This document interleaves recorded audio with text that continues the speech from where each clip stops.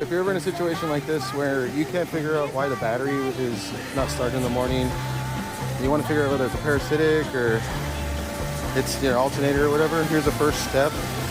You just get it started like I just did, and then you start removing cables, right? See, it didn't die. And if you want to be positive, you can just remove both cables. See? And if it doesn't die, then it's definitely your alternator's okay. That means it's working, the car doesn't die, you know? The only time that really doesn't, if it keeps running like that, is if it's a diesel. But this is a gas engine, and this isn't, 1980 anymore.